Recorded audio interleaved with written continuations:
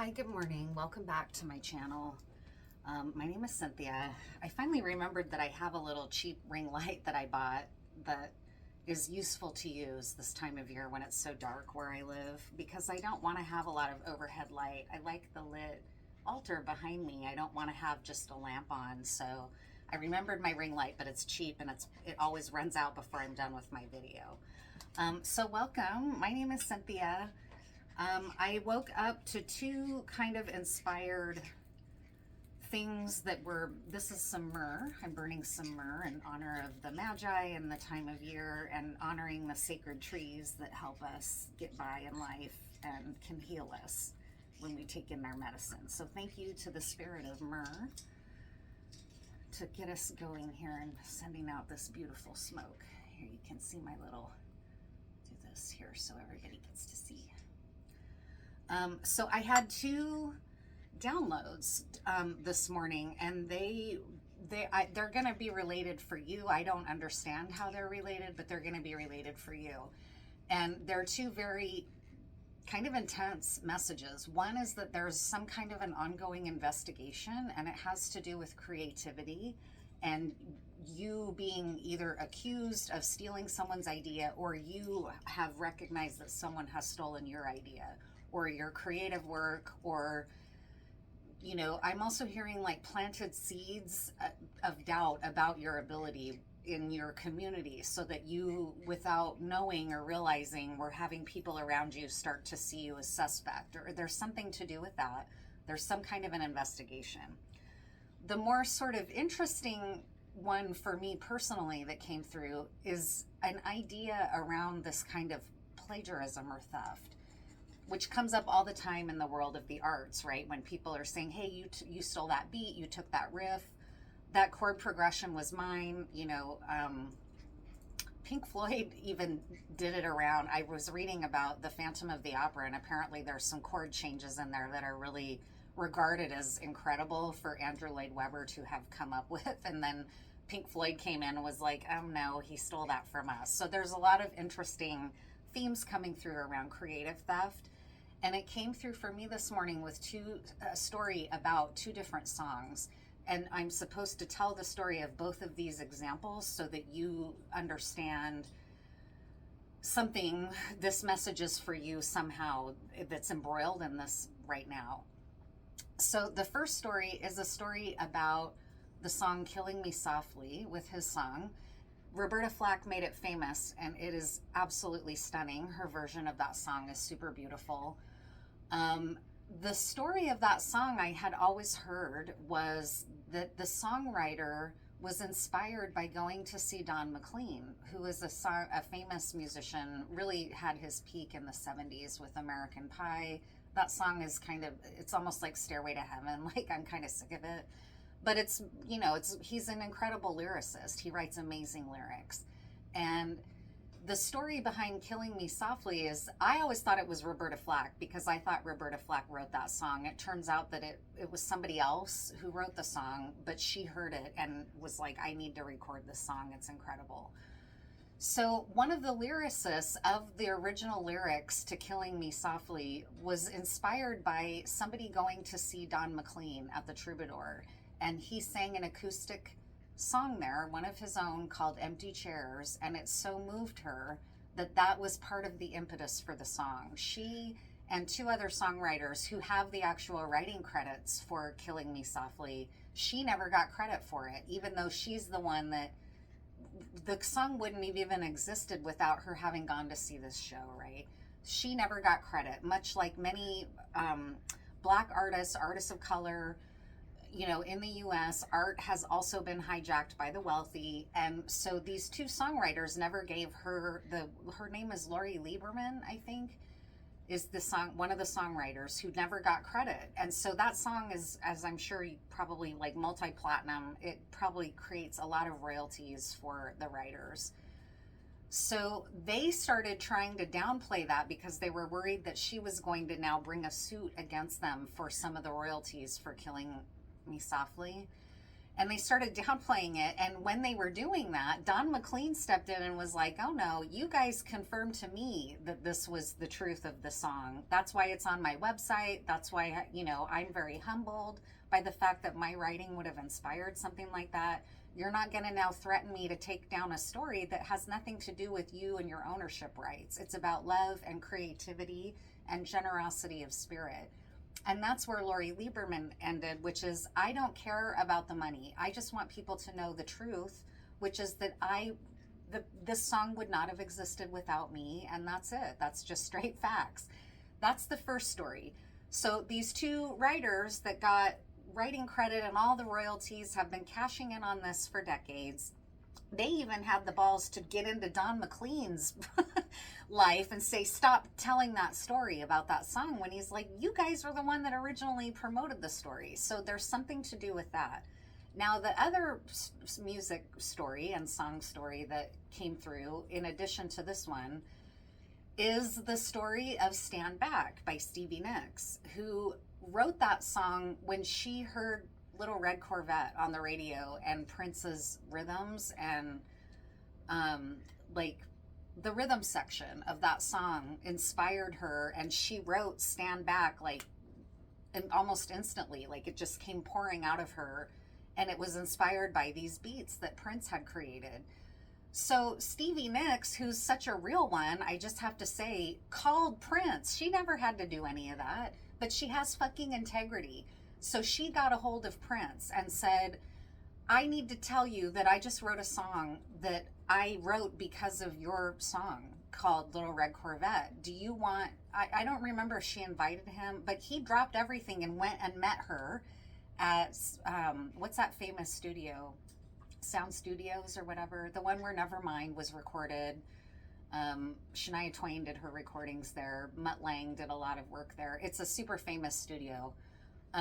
Recording studio, and he dropped everything. It was the middle of the night. He went and met her. He added his keyboard to the song real time, and she has always given Prince credit for that song, and she didn't have to. She could have just kept that all to herself. Like, I had this amazing inspiration for the song Stand Back from Little Red Corvette, but no one needs to know that. I'm just going to keep it to myself and make it seem like my own genius. Well, no, Stevie Nicks is a real one. And so she was like, I'm crediting Prince here, and in perpetuity, Prince is credited on Stand Back. And so I think that's an amazing example of what goes wrong when people try to cash in on your creativity. Dame Dash has been talking about it on his new launch of his YouTube channel, and I've been following it because I've been following the whole story around Puff Daddy, because I came up in that generation, so that's been a big thing that I've been paying attention to. So those are the stories. It's something about recognizing, real recognizes real. Like, I remember Be Real, I think, even said that about the Beastie Boys when Adam Yauch died. He was like, we recognize real. They weren't trying to be black. We weren't trying to be rockers. But because we recognize the realness, there was a mutual regard and respect that continues into the present. And it's something like that with Stevie Nicks and Prince versus these two songwriters who tried to cut Lori Lieberman out of her glory and even stability, right? Like financial stability. So it's an amazing song, and it deserves its truth to be told, which is that Don McLean was a part of that. And these songwriter credit hijackers were like, at one point had that awareness, and then at some point they let their greed get the better of them, right? So that's it. That's the message. Thank you for hearing me out on that. It's just, how do you grow creatively? Take, honor your own. Like me, I'm proud of this work here. Am I the first and only tarot reader ever? No. Right?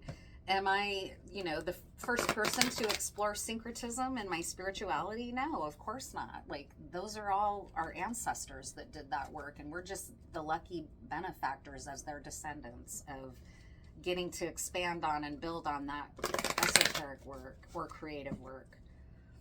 And that's Stevie Nicks. That's Roberta Flack. Roberta Flack talks about that song and says, I reached out to the writers right away because I knew I wanted to record that song, but she made it her own because she was, I just read this right before coming on here. She made the song her own by crediting the writers and saying, I want to record the song, but also changing it to suit her because she was classically trained, so she could understand what didn't work for her as a lyricist or whatever, and go in and make changes to the musical arrangement because she was trained to be able to do that. And so she says that openly, like, yeah, I'm not the sole person of this song. There's an entire history with this song that I will acknowledge readily. And that's, again, I don't know why this keeps coming out and there's anger behind it. So you might be feeling like somebody is stealing your idea and you're trying to figure out, what do I do? Do I just let it go or do I fight for it? Is it a fight worth fighting? I mean, Lori Lieberman is an example of deciding it's not worth it to me. I'm not going to get embroiled in a big legal battle for the royalties, but I want the world to know that I wrote that song in part. I want it to be acknowledged. You know, she wanted to be seen for her work. So what's our collective message that has to do with that? The investigation. So that might be part of it, is that you might be currently in a process of having some type of litigation unfold where you're being investigated about what was your role in this project or what was your role in this creative endeavor, if any. And oftentimes I know with creative stuff, they want you to prove, like, where did you come up with the idea for that? Where was the inspiration for that creative idea? What's the story? And often it comes down to, like, what rings true, right? Another story that's now coming through channeled is the story, I think it's King Solomon. Is it Solomon? Yeah, because it's a story that's meant to illustrate the wisdom of King Solomon, because King Solomon was given a wish. What would you like to have? And he said, I want wisdom to be a wise ruler. And so he was renowned for his wisdom in leadership, right? He had his own downfall and everything, but this story is not about his downfall. It's about recognizing wisdom. And there was a dispute over who was the true mother of a child. And he said, okay, to fairly settle the dispute, I'm going to cut this child in half. And that way, you know, it's going to solve the problem that way. He knew that it would flesh out the true mother of the child, which it did. The true mother of the child stepped forward and said, never mind, just she can have this baby. And so then that revealed to him, I knew then that was, so it's something like that is coming through too. Craftiness, or the work speaking for itself in some way. Like there might be a history around this creative project that precedes the person that's trying to steal from you, that has like timestamps on it or something that's coming through. So now let's look at the layout, because that's all a lot of channeled imagery. What does the layout say about these messages?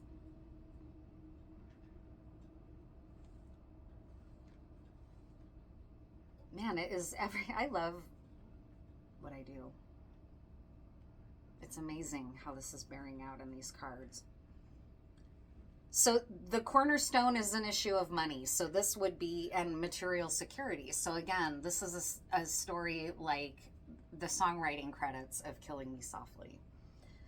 There's a lot of money involved. That was a mega hit, mega hit. It probably still continues to generate a lot of royalties, especially because the Fugees then reinvented it yet again and made it explode yet again, right? They weren't trying to hide the fact that it was Roberta Flack that made that song famous. They embraced it, right? So there's something to do with that.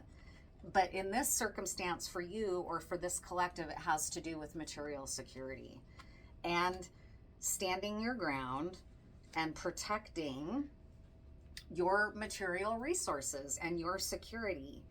And you're having to cut major cords in order to do so. So this is now showing me why I brought out this yew limb. I forgot to mention it. I brought out this yew tree limb that I cut for myself as a wand from a Pacific yew tree after making a lot of offerings and meditating. A yew tree is a death symbol. It's a symbol of death and rebirth. And a yew tree is a memory keeper for all of the traumas and abuses of people, as well as the glory of the planet and whatnot. So if you go and sit in meditation with a yew tree, like I have more than once, you'll see a lot of intense shit often. It's not pretty. It's not like, oh, hug a tree. I mean, it is, but it's the both sides. It's the shadow aspect is a memory keeper of the yew tree. And so that's why I was inspired to bring this out, is because there's some shadow element here, and you're being asked to cut cords with anything that is stealing from you or that forces you to have to keep defending yourself. These are facts here. Your vulnerability is, yeah, you're being come at from a lot of sides. Like, these are come-uppers. These are people who are coming out of the woodwork in your life all of a sudden, or will be, to say, hey, I want a piece, right? So this is something like when you reach your fame or you reach your success over a creative project like this, there's a bunch of come-uppers that start showing up that want to say, remember when I was there? Don't you want to give me a leg up too now that you're succeeding? So there's something like that. This is your vulnerability, is that maybe as this creative work gets drawn into this justice situation, there's going to be people around you trying to be hangers on maybe, and it's a vulnerability for you. And the way that it's showing up with this lion is like, oh, everybody's sort of like wanting to come at your light, right? As you're regal, and you're going to be having to kind of shield yourself. Luckily, at the very heart of things is the Justice card. So something about this for you is being protected. This is a major arcana card at the very center of things. It can also represent Libra, but in this case for me, it's meaning justice, in that whatever is happening here in terms of the theft of your work, there is going to be a justice unfolding. Even though there's these people pulling at you or trying to steal your work or take your ideas, or even be naysayers on the sidelines, like armchair quarterbacks or something, right? That's the Five of Wands energy here. This is something all of a sudden too I'm getting, and this was an idea that Dame Dash just said on his channel too, which is oh, I just lost it. Something about realness of creativity. Yeah, I don't know. Maybe it'll come back. It's okay though, I'm just gonna move on. Justice. God, what was it?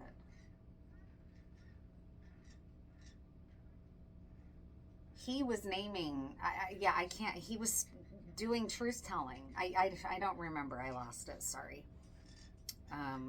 But justice. Something in here is just for you, or is going to be made just for you.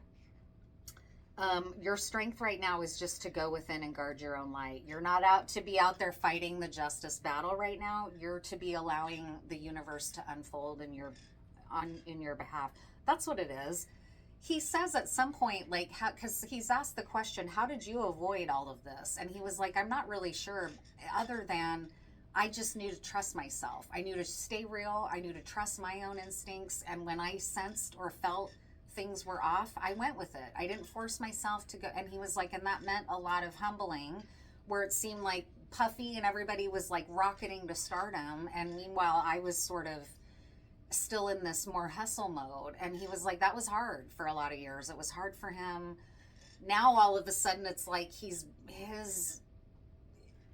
being shown how smart he was, is what he was saying. He's being shown how smart he was to maintain his ethics, because now look where he is. He's in a safe position versus maybe being too linked to them, even just by association. So that's coming through. It has something to do with the investigation here. And you're being protected because you're using discernment and recognizing and following your truth and saying, something about this vibe doesn't feel right to me. So even though it looks fun or they're getting all this acclaim, I'm going another direction because it doesn't feel right. It's not in truth to me.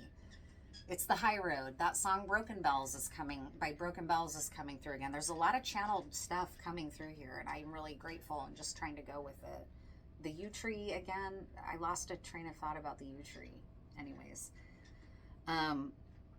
Your or the devil on your shoulder is like, just bring this to a completion. Bring it to a completion. Let's just get this over with so we can move into the next stage. And in your conscious mind, you know that your fortune is changing. Again, with the Wheel of Fortune, you're trusting this process, or you can trust this process, is what this message is saying for you, this reading. You can trust this to unfold in a way that is, you're going to get justice. You're going to be vindicated here. People are going to see the truth about the fact that either you were set up or you were stolen from, or that you are the real one here. It's going to come out, okay? That's what's happening. Yeah, the star in where things are going. Oh no, it's not the star, it's the world card, but you see it's star-like imagery. It's really a beautiful, there's a whole new world coming for you. So just stand your ground through this circumstance, but let the universe do the work for you. You don't have to do that.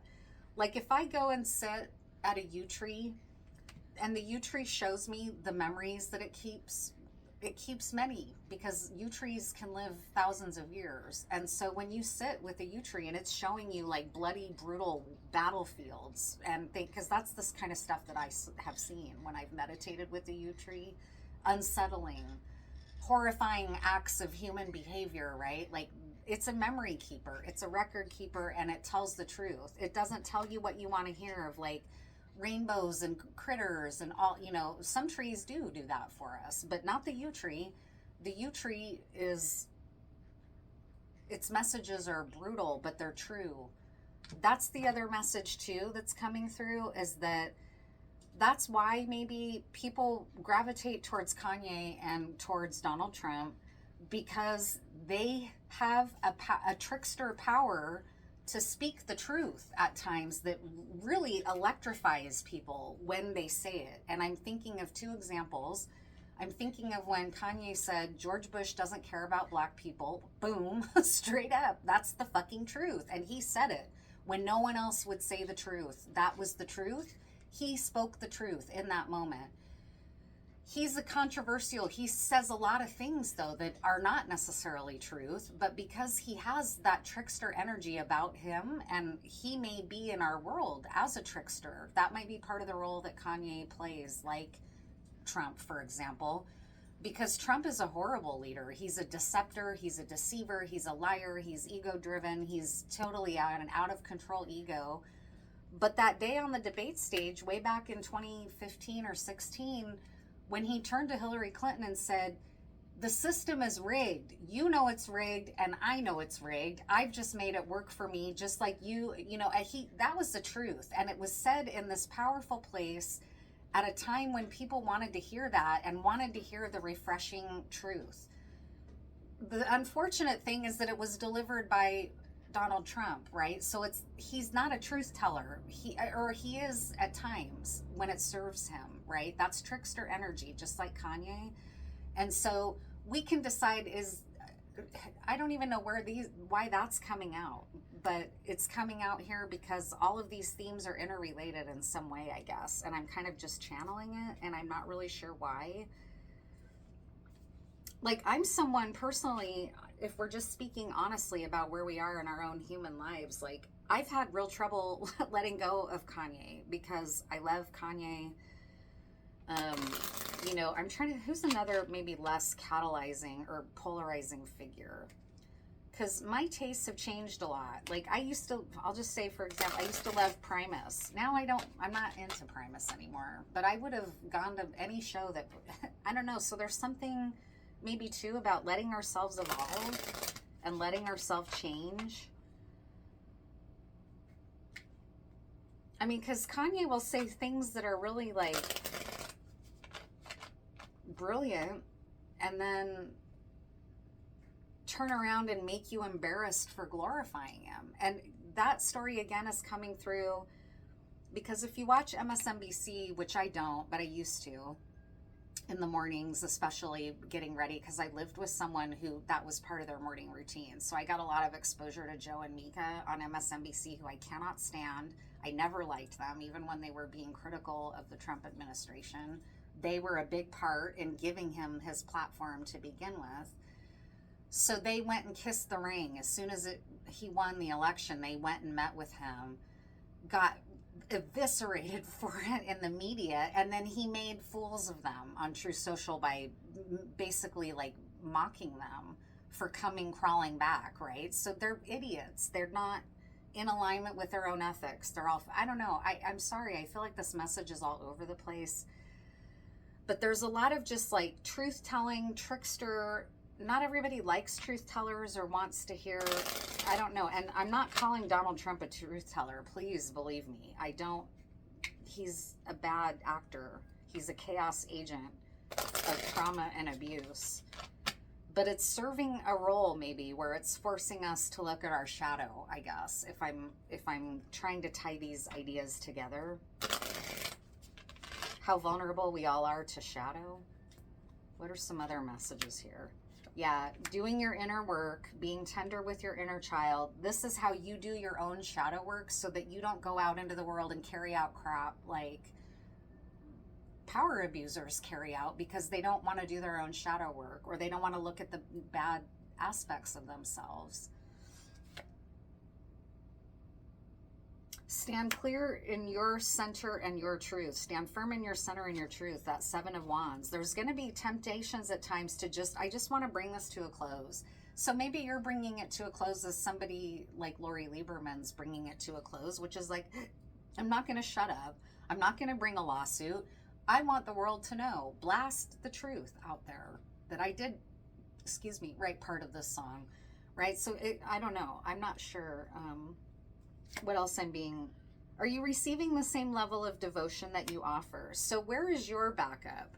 Do you have people right now that are going to come to your aid? If someone's truly stealing from you or stealing your creative work or stealing your ideas, who has your back? Figure that out right now while your world is changing, and just keep company with them. If you're not sure, it's okay. Just stay in your hermit energy. That's what I've been doing, not around creative work necessarily, but just around, because my own life is changing.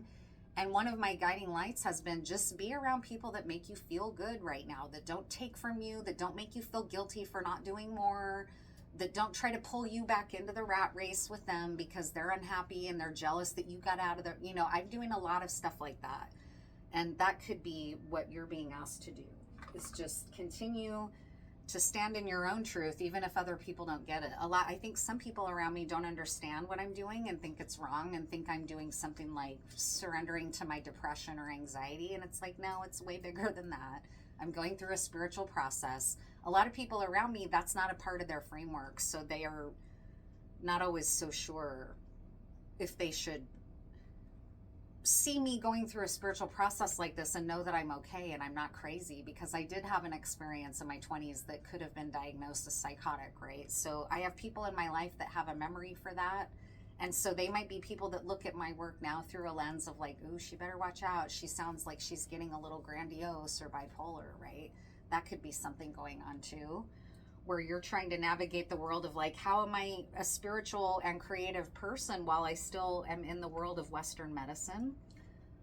That's a dilemma for a lot of people like me right now who have feet in both worlds. Western medicine is not known for its accommodating other forms of healing. So it could be something like that too. Let's see. I think that's about everything. I hope you like this reading. I'm still getting used to channeling messages. It's not necessarily a gift that I would have thought I would have, but it's developing in me that I'm channeling things that are meant for this channel. And that's what I asked for and have been trying to stay in integrity for.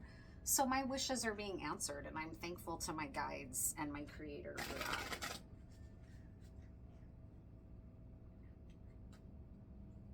What's some good takeaway advice right now to close up this reading about theft and creative work and love and generosity?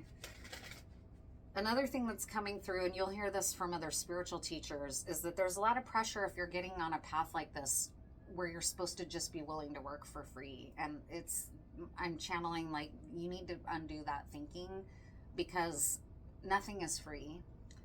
There's an energy exchange, even if it's not monetary, always. And so you're being asked to hear that message too. Are you receiving the same level of devotion that you offer? Are you just out there pouring your love everywhere? Or are you trying to be a little more discerning and don't cast your pearls before swine, right? That's some advice going out. Celebrate your own creative fire, your own energy. There's an opportunity that's imminent for you that's bringing in this whole new world.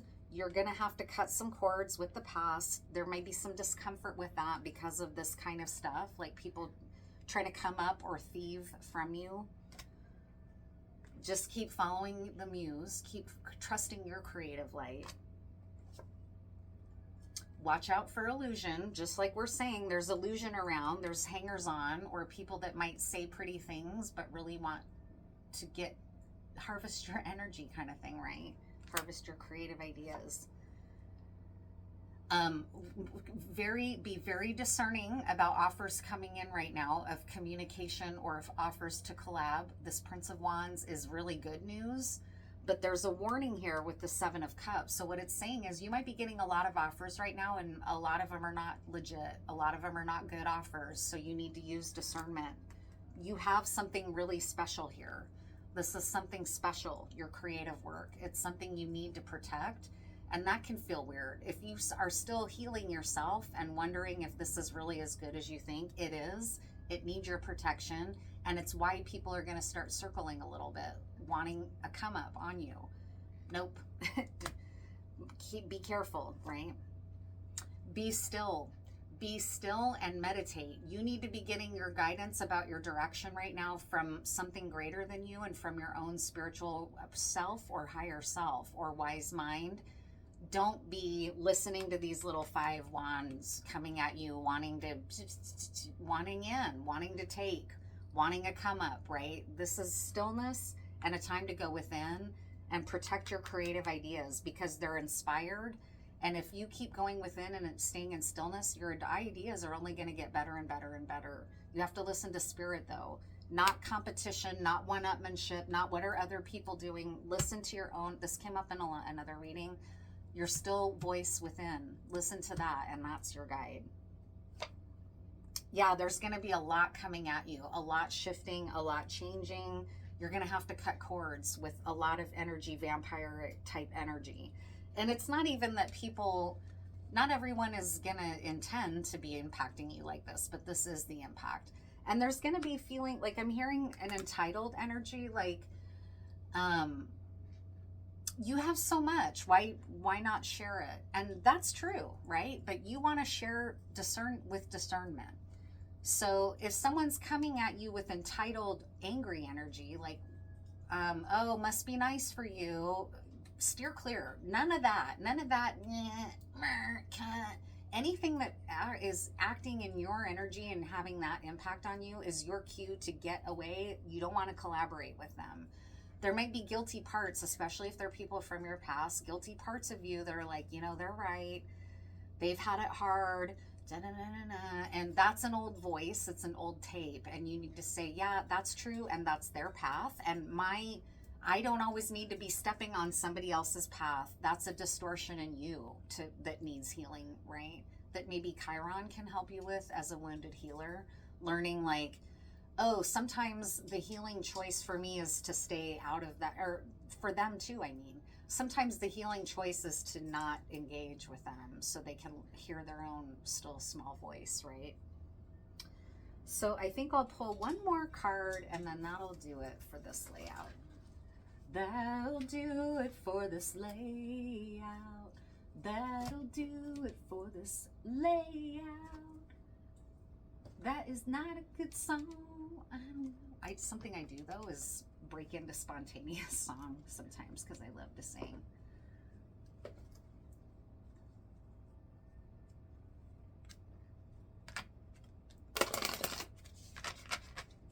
Any other advice?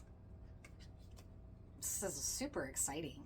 Don't get tripped up. I just heard, don't get tripped up in the worry about this, about these energies that are don't worry about it. You're protected. The way to protect yourself, in fact, is to enjoy this. And anything that comes in to be like, that's going to disrupt your joy. So don't. Yeah. It might be hard, though, like I said. But it's okay.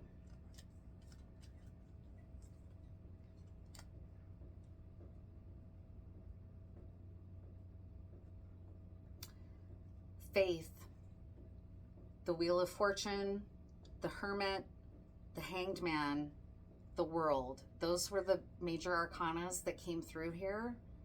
Any stuff that's going to come in and disrupt it are minors compared to all this major arcana energy coming in for you. And this card is the encapsulation of all of that. I've pulled it a lot recently. It's the Faith card in this plant deck, and it's got text on it, and it's an angel bringing a star. And the angel said unto her, thou shalt give birth to the son. So this is that Ace of Wands energy. This is really precious. Something that you're doing is really precious, and it is important that you protect it, including from people who want to steal it. And that wounded part of you that maybe wants to be a rescuer, that's the part of you that you're asked not to listen to right now. If people start coming at you and, you know, saying, you owe me, or if it weren't for me, you wouldn't be, you know, any of that kind of energy is what you want to watch out for. You're being given a gift that requires that you have the discernment to protect it. It's going to be uncomfortable at times, and some of those people may not understand or might go on to accuse you. Like, so-and-so forgot where they came from, or yeah, as soon as they went viral, their head blew up or whatever. And it's not that. Don't let that get in your head, because it's not that. It's you protecting your own energy. I hope you can hear me. I can feel my throat going like this. Whoa, like that is what I'm supposed to be saying, is like, don't let people fuck with your head with those old vulnerabilities of you not doing enough for others.